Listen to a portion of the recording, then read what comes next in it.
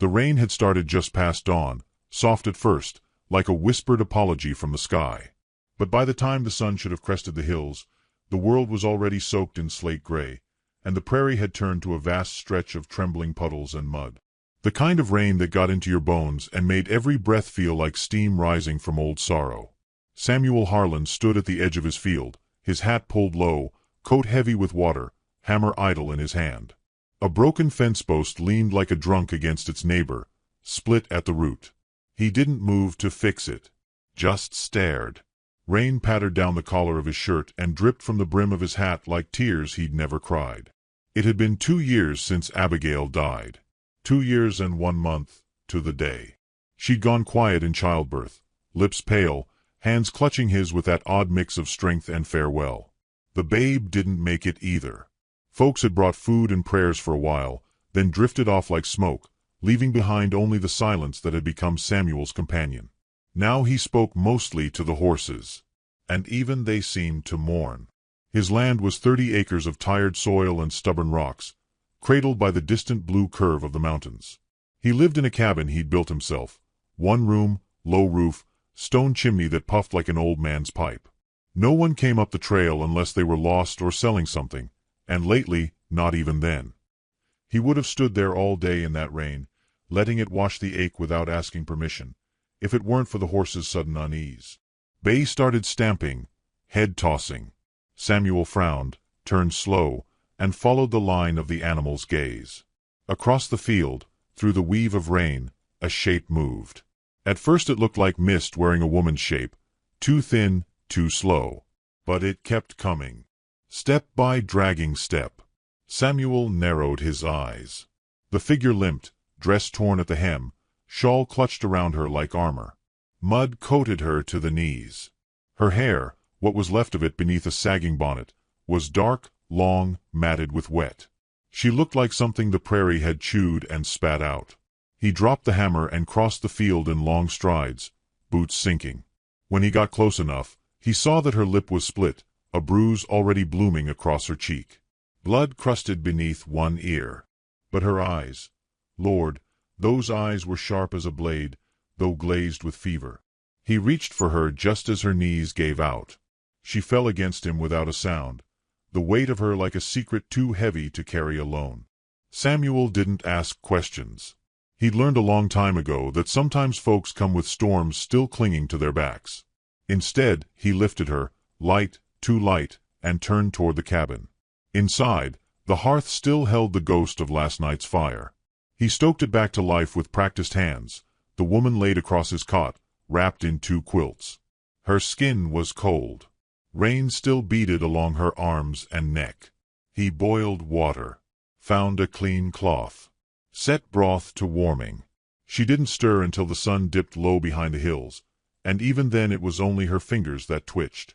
He sat by her, not close enough to touch, but close enough to guard. He watched the flicker of flame in her lashes, the bruising on her wrist. He wondered what wagon train she'd come from, whether anyone else had made it. When she finally opened her eyes, they blinked once, slow, then again. She stared at the ceiling as though trying to remember if this world belonged to her. Then she turned her head. "You ain't dead," Samuel said quietly. His voice sounded rough, like boots on gravel. It was the first thing he'd said aloud to another soul in weeks. She stared at him, didn't speak. "That's good," he said, nodding. "Real good." She blinked again, slower this time. Her mouth moved, but no sound came. He rose and ladled some broth into a tin cup, then crouched and held it near her lips. She tried to lift her hand and failed. "It's hot," he said. "Sip slow." She drank. Just a little. Enough to soften the tension in her jaw. He let her rest again, taking the cup once she drifted back to sleep. He sat near the fire through the night, eyes drifting to the door every now and then, but the only thing beyond it was wind and rain. By morning, the rain had turned to mist, silver and soft, clinging to the earth like breath on glass. She hadn't moved much, but color had returned to her cheeks, and the fever sweat had broken. Samuel fed the horses, then came back to check on her. She was awake this time, eyes watching the light filter through the window like it meant something sacred. He knelt beside her again. "Name's Samuel," he said after a while. "Samuel Harlan." Still she said nothing. "I don't need to know yours. Not yet. I figure names are earned in time." She shifted slightly, winced. He saw now that her ankle was swollen, purple at the joint. "You'll need a splint. I'll fix it. Then you just rest." A pause. Then her voice, hoarse, barely there. "Why, help me." He met her eyes. They weren't just bruised. They were haunted. He thought of Abigail, of the rain on her grave. "'Cause you were standing," he said softly, "when you shouldn't have been. And I know what it's like to want someone to stop the fall." That was all. He made her a splint from cedar and cloth. Set it carefully. She bit down on her lip, but didn't cry out. She was tough. Tougher than most. Days passed like that. Quiet. The kind of quiet that didn't demand anything but presence. Samuel fed her, tended her ankle, built up the fire and kept the cabin warm. She began to sit up by the fourth day. Started sipping broth without his help. Spoke little, but listened. Her gaze followed him like she was learning the shape of his grief through the way he walked. Once, she asked if he had family. "No," he said. Then added, "Used to."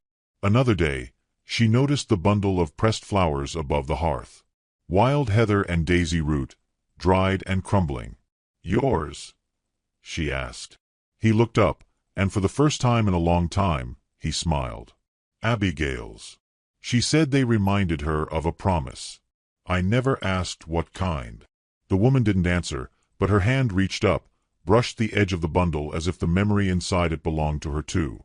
Later that week, he saw her watching the rain through the window. "I used to hate storms," she murmured. "Now, they feel like mirrors." He understood.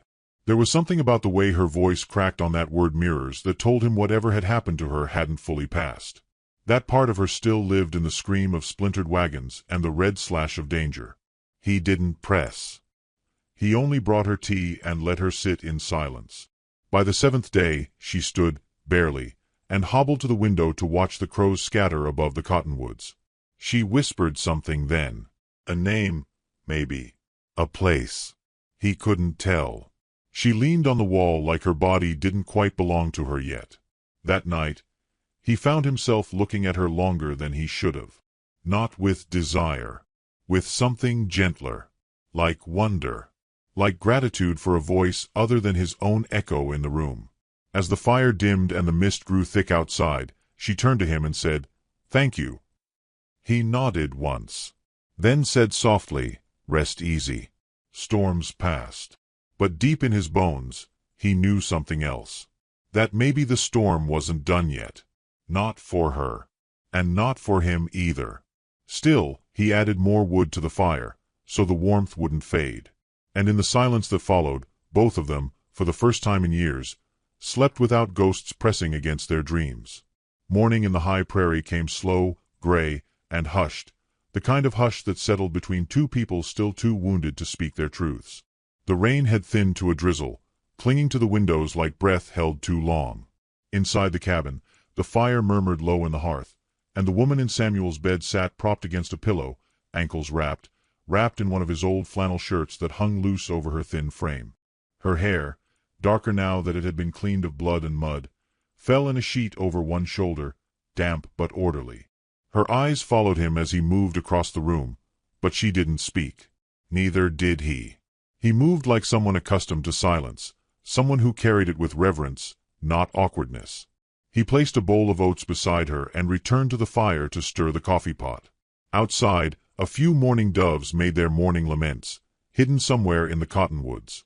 She looked at the spoon but didn't reach for it. He didn't push. Just turned, sat in the corner chair, and took up the same book he'd read from the night before.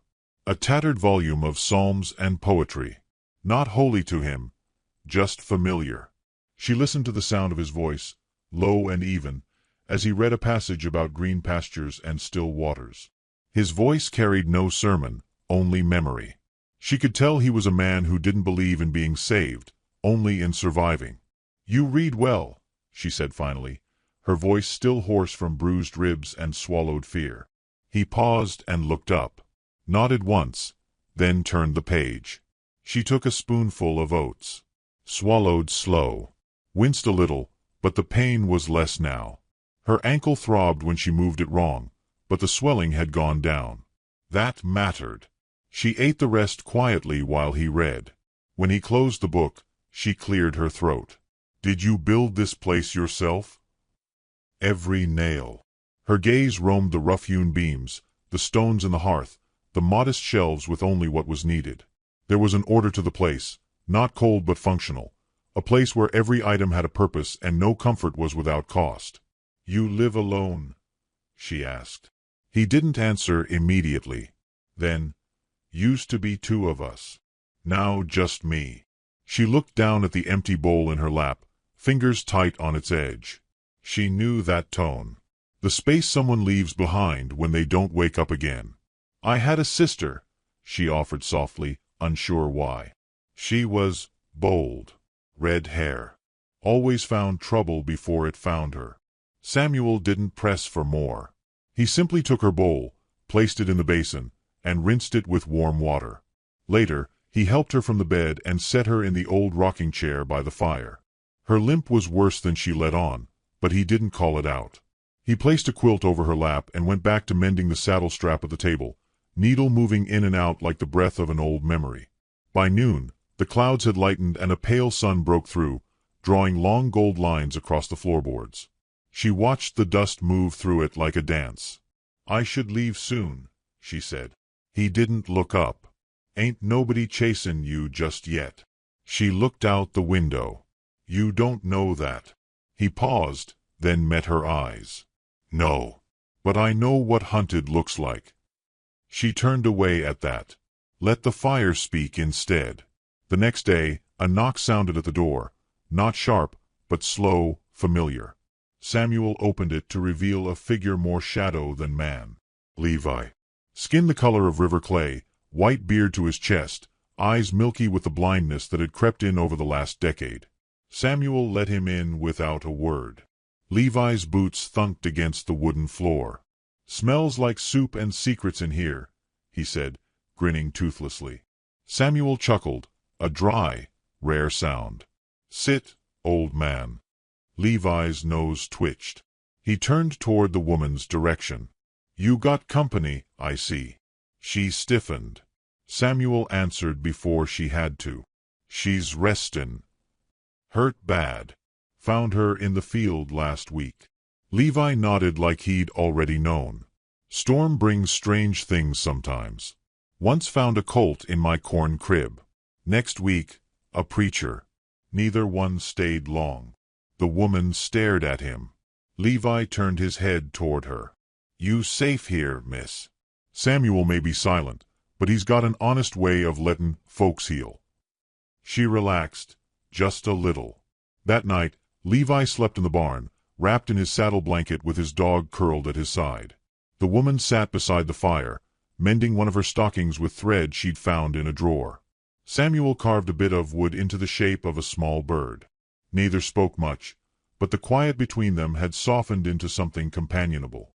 In the days that followed, she began to move around more, limping to the door to sit on the porch and watch the prairie breathe. She drank tea made from mint and chamomile. She listened to the wind in the grass. She counted the hawks that circled in the high thermals. He worked nearby, always within reach but never imposing. His presence was like the fire, there, steady, warm when needed. One morning she asked, "Do you go into town?" "Not unless I must." "What do you do when winter comes?" "Chop wood. Wait it out." She smiled faintly. "You ever get lonely?" He didn't answer right away. Then, "Not in a long while." She looked at him then, and for the first time, saw a line of tenderness in the way his eyes drifted toward her and stayed. Not long, not bold, just long enough to be noticed. She didn't ask more. By the second week, she helped him hang fresh herbs from the rafters. He showed her how to pinch wild mint without bruising the leaves. She taught him how to steep tea with less bitterness. Her hands were beginning to stop shaking. "Samuel," she said once carefully, "do you believe people are meant to belong anywhere?" He considered this. Maybe not to places, but maybe to each other. The silence that followed was different, deeper, full of something waiting to be spoken. He stood and went out to chop wood. That night, as he washed the dishes, she took the book from the shelf and read aloud. Her voice was soft but steady, like someone relearning how to speak into the quiet. He listened, the rhythm of her words blending with the sound of wind and creaking beams. Later, she stood in the doorway and stared into the dusk. "Storm's coming again," she said. You always know when. Can feel it." She turned to him. "What do you feel now?" He met her gaze. "Something's changing." She didn't look away. That evening, they ate cornbread and stew. She insisted on helping stir. The fire popped. Levi's dog barked once in the distance, then went quiet. She took her tea to the porch and sat wrapped in her quilt. He joined her after a time, boots creaking on the floorboards. They sat side by side, the sky above them deepening to blue-black, stars blinking awake like forgotten promises. "I've not told you my name," she said. "You will when it matters." She nodded. A long silence. "I'm tired of running," she said, almost to herself. "You ain't runnin' now." "No, I suppose not." He turned to her. "You got people?" "I had. They're not waiting anymore." He said nothing. She pulled the quilt tighter. "What would you do if you had to start again?" "Same thing I'm doing now. Live quiet. Grow what I can. Protect what matters." She watched him in the starlight. He didn't seem like much at first glance. Just another man with calloused hands and a guarded soul. But something about his steadiness made her feel less like a shadow. "Thank you," she said. "For what?" "For not asking more than I could give." He nodded once. "We all break different. Can't expect folks to mend on demand." The stars above stretched across the sky in quiet constellations. Somewhere far off, an owl called, soft and mournful. She leaned back in the chair and exhaled, as if she'd been holding her breath for months. Inside, the fire crackled low. Beside her, Samuel didn't move to speak again. Just sat there, keeping watch like he always had, not because he needed to, but because it was who he was. She looked at the horizon and whispered a name. Not hers. Someone else's. A name that hurt her to say. He heard it but didn't ask. Some wounds weren't meant to be unwrapped. But he knew then, whatever story she carried, however dark the roads behind her, she was no longer running alone. And when she finally chose to speak, she would speak to someone who understood that healing was not an ask, but a gift. The wind picked up. The storm rolled in again. But this time, there was warmth inside the walls. And for the first time in a long time, she didn't dread the thunder. She stood at the window, her shawl pulled tight across her shoulders. He could hear her breath, even from the table, steady but deliberate, the kind of breathing a person does when they're gathering the pieces of a name they haven't spoken aloud in a long while. He said nothing, stirred the stew once, let the silence stretch. She turned toward him at last, eyes a little sharper than yesterday, chin held higher. Julia. The name hung in the air, delicate and full of echoes. He didn't look up. That's my name, she added, more to herself than to him. Julia Marin. He finished slicing the bread before meeting her eyes. Thank you. She lowered her gaze. It's not a name I've used lately. You used it now. That's enough. Something shifted after that. Not like a door swinging wide, but a hinge finally oiled, able to move without shrieking. They shared dinner and a little laughter. Not about anything grand, just the way Levi's dog chased its own tail and barked at puddles. Samuel didn't laugh often, but when he did, it softened the hard lines of his jaw and made his whole face seem younger, less ghosted by the past. The next morning, Julia stood without wincing. Her limp was lighter, her shoulders less guarded. She wore her hair differently now, braided and tucked behind one ear. A quiet reclaiming. They walked together along the fence line while the frost still clung to the grass. She leaned on a cane Samuel had carved for her, smooth walnut, capped with a brass tip from one of Levi's old stirrups. He told her about the cottonwood tree, the one by the edge of the property, where his wife was buried. They stopped by it, stood in silence. Julia traced a finger across the weathered cross planted in the earth, eyes shining with unshed things. "Abigail," she said, reading the name. He nodded. She mattered. He nodded again. They didn't speak of loss as something to be compared, just shared it like two hands touching briefly in the dark. Back at the cabin, she helped him sift beans and lay venison jerky on the rack to dry. Her hands were steadier now, her voice fuller. He noticed she hummed under her breath sometimes, songs with no words. She said they came from her mother. "I didn't get to bury her," Julia said one evening as they watched snow fall through the window. "Or my sister. Just ran. I don't even know if the fire took them. Just know I couldn't stay." Samuel didn't answer. He only handed her a second cup of tea and moved a little closer to the fire so the warmth would reach her better. She touched his hand. "You don't ask much." He looked at her then. "You give what you can. Not all folks understand that." She squeezed his fingers once, then let go. That small contact was more than most people offered in a year. A week later, Julia started taking walks alone. Not far, just to the barn or the stream's edge, but far enough to reclaim herself in pieces. She began feeding the chickens, brushing the horses. She found a way to smile at Levi's blind mutterings, and even taught him to play a simple game with pebbles and a board Samuel carved. It wasn't until the end of the second snowfall that she told him the full truth. They were on the porch, wrapped in wool and watching the sun disappear behind slate clouds. A fire crackled inside, and Levi snored softly in the barn loft. "I wasn't just another traveler," she said. Her voice was steady now, like cold steel pulled from the forge. "I was the last wagon in a column of 5. We were heading west, not out of hope, but out of obligation.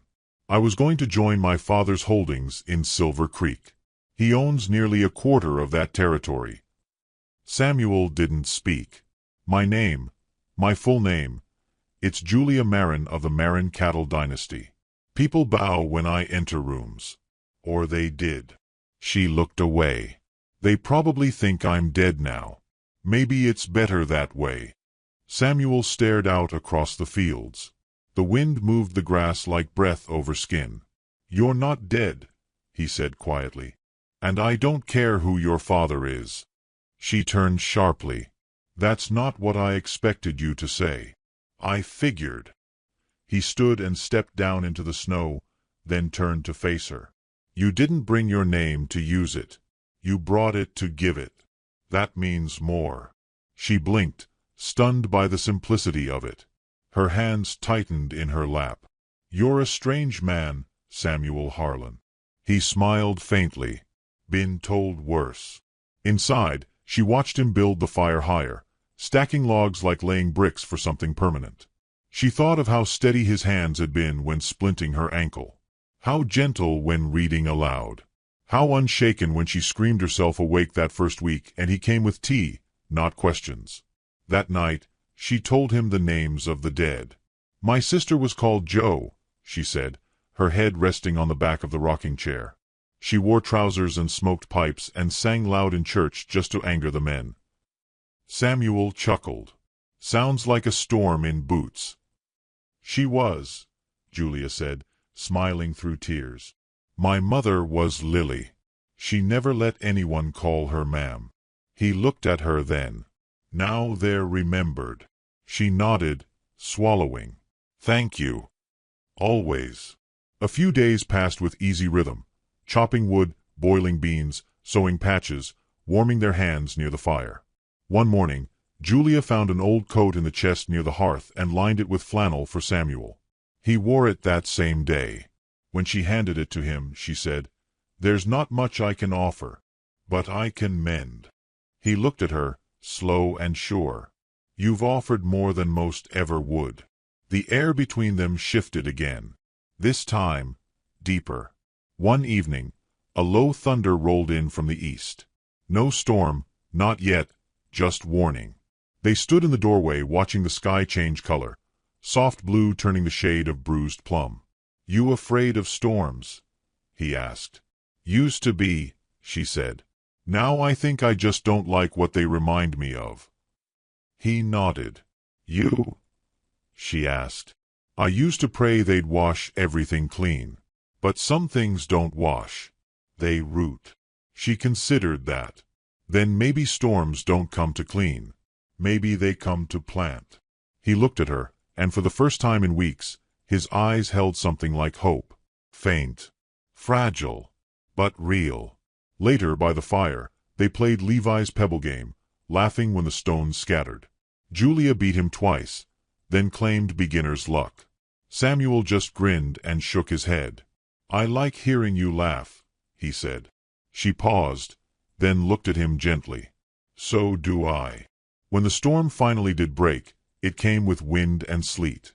But inside, the walls held. The fire warmed. Two people shared stew in silence, and the dog snored at their feet. Julia leaned her head against the frame of the chair and whispered, "I didn't think I'd ever trust anyone again." He didn't answer, but he reached over and laid his hand on hers, palm to palm. And for the first time in a long time, the name Julia Marin felt like it belonged to someone alive. Samuel noticed it in the way she carried herself now. Though the limp lingered, Julia moved with purpose. She walked without leaning. Her gaze no longer searched the horizon as if fearing something just out of sight. Instead, she rose early, fed the chickens, whistled to the horses, and sat at the table with her tea while the fire grew bright. She was still quiet, but it was no longer the silence of hiding. It was the silence of someone choosing their words. Levi remarked on it one morning as they watched her from the barn door. "That woman's wearing her skin again," he said, puffing on his pipe. "Took a while, but she's back in it." Samuel didn't reply. He just watched Julia pour steaming water into a mug and stir with the small silver spoon she insisted on polishing every evening. Levi leaned closer. "You gonna keep pretending you don't see her looking at you like that?" "Like what?" "Like you're the only fence post holding up her world." Samuel exhaled a soft laugh and walked away. But something had changed. It lingered between them at supper, flickered in the firelight, stirred in the quiet moments when their hands brushed and neither pulled away. Samuel found himself listening for her footsteps, her laughter, the breath she held just before speaking his name. Then came the visitors. It was a morning marked by sun and stillness. No clouds. No wind. The sky stretched wide and clean. Julia was hanging herbs from the rafters, while Samuel worked outside repairing the split in the water trough. Levi dozed in the barn with the dog curled at his feet. The sound of hooves came not like a storm, but deliberate, measured and official. Samuel looked up. Two riders approached from the east, their horses well-groomed, saddles too fine for this part of the prairie. One man wore a gray duster and a hat pulled low, a rifle slung casually across his back. The other bore a glinting badge on his chest and a clean-shaven face that had seen too many negotiations. Samuel stood still. Let the hammer rest on the beam. Watched them approach without greeting. The one with the badge tipped his hat. "Morning, sir." "Morning," Samuel replied, slow and even. "We're looking for someone. Might have come through this way." Julia had stopped moving inside the cabin. She stayed hidden behind the curtain but near enough to hear. Samuel crossed his arms. "Not many folks come through here." The man with the badge reached into his coat, pulled out a sketch on yellowed paper. A woman's face, finely drawn, strong cheekbones, eyes dark and discerning. "This woman's gone missing," the man said. "Julia Marin. Last known sighting was south of Elkhorn Ridge, where her wagon train was hit by raiders. Word is she survived." Samuel didn't flinch. "Terrible thing." "Her father's offered reward," the second man added, his voice slick. "She's the heir to a vast amount of land and cattle. Whole territories talkin' about it." Samuel's gaze stayed steady. Ain't seen her. The men exchanged a look. The slick one eyed the cabin. She may be hurt. Confused. Might not remember who she is. Folks tend to remember who they are, Samuel replied. The man with the badge nodded slowly. If you see anything, hear anything, you'll let us know. I reckon I would. They lingered a moment longer, scanning the land as though they expected ghosts to step from the trees. Then they turned their horses and rode back the way they came. When the sound of hooves finally faded into the horizon, Samuel returned to the cabin. Julia was seated in the corner, hands clenched in her lap, eyes wide but dry. You heard. She nodded. They'll come again, he said. I know. He sat across from her. You want to go back? She looked up sharply. No. You sure? She exhaled. I can't go back to being what I was. A name without a life. A signature on cattle deeds. A woman shown off like polished silver at auction dinners. They're your people. She shook her head. They're his people. My father's. I was just the next piece to be used. I left to escape that. I chose the wagon train. I chose the unknown. And they chose to chase. I'm not property, she whispered. No, he said softly. You're not. The next day, Julia took down the sketch the men had left behind, left pinned to the gate as a warning or invitation. She studied it, then fed it to the fire. It curled and blackened, her drawn face dissolving into smoke. They'll send more, she said. Samuel nodded. Maybe worse ones. She looked at him then, eyes burning. Do you want me to leave? He didn't speak for a moment. Then, I don't want you to go. But I ain't gonna chain you here either. I want to stay. Then you stay. Levi heard them arguing later, quiet but pointed. Julia wanted to learn to shoot properly. Samuel refused at first. You'll draw attention, he said. I need to know how to defend myself, she replied. He relented. And so the days turned again. He set up bottles on fence posts. Showed her how to breathe through the trigger. How to square her stance, not flinch. Her hands shook the first time. Not from fear. From memory. But she steadied herself and tried again. She hit a bottle on the 6th shot. By dusk, 3 lay shattered. You'll do, he said, handing her a cloth to wipe her hands. She held it, breath-catching. You're not angry? Why would I be? Because I'm not the woman you thought I was. I think you're exactly who I hoped you were. Her face softened. For a moment, she looked like the woman she might have been before grief and fire and loss etched themselves into her skin. That night, she cooked supper. Samuel chopped wood while Levi fixed the barn latch. Everything felt normal. Until the second group came. They didn't knock. It was near midnight, the fire low, Julia asleep on the cot, when Samuel heard the distant crack of hooves. He rose, quiet as wind, and stepped onto the porch with his rifle. 4 men this time. Faces masked. No badges. They stopped just past the gate and dismounted, rifles drawn. One called out, voice coarse. We know she's in there. Samuel raised his weapon. This land's private. You've got no right to be here. The man laughed. We've got coin for her. And a bounty. She ain't for sale. Another stepped forward. You think you can keep the richest woman in 3 territories hidden forever? Samuel didn't reply. The hammer on his rifle clicked back. The standoff stretched. And a single gunshot rang out. From the cabin. One of the masked men staggered back, shoulder bleeding. Julia stood behind the doorframe, Samuel's revolver in hand, her eyes calm. She said, Samuel called, she ain't for sale.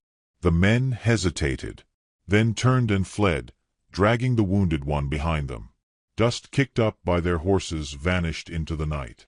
Samuel turned to her. You all right? She lowered the gun. Nodded. I remember now. What? My mother, she said. She once said, "The cost of freedom is knowing how to defend it." He stepped closer. "And what's the cost of staying?" She looked at him, heart in her throat. "Letting you in." He didn't smile, just reached for her hand and held it. And though the cabin was quiet, and Levi snored somewhere beyond the barn, and the prairie wind sang its lonesome tune, Julia Marin knew that her name no longer belonged in ballrooms or ledgers. It belonged in a place with muddy boots, shared silence, and a man who chose her not for the gold stitched into her blood, but for the fire she carried inside. The visitors would come again, but so would morning, and when it did, they would still be standing. The air before a storm is different. Still, too still, like the land itself is holding breath. That morning, the prairie whispered warnings, tree limbs stiff as bone, birds absent from the sky. Samuel felt it in his knees before the clouds even broke. Something coming. Not weather this time. Something worse. Julia sensed it too.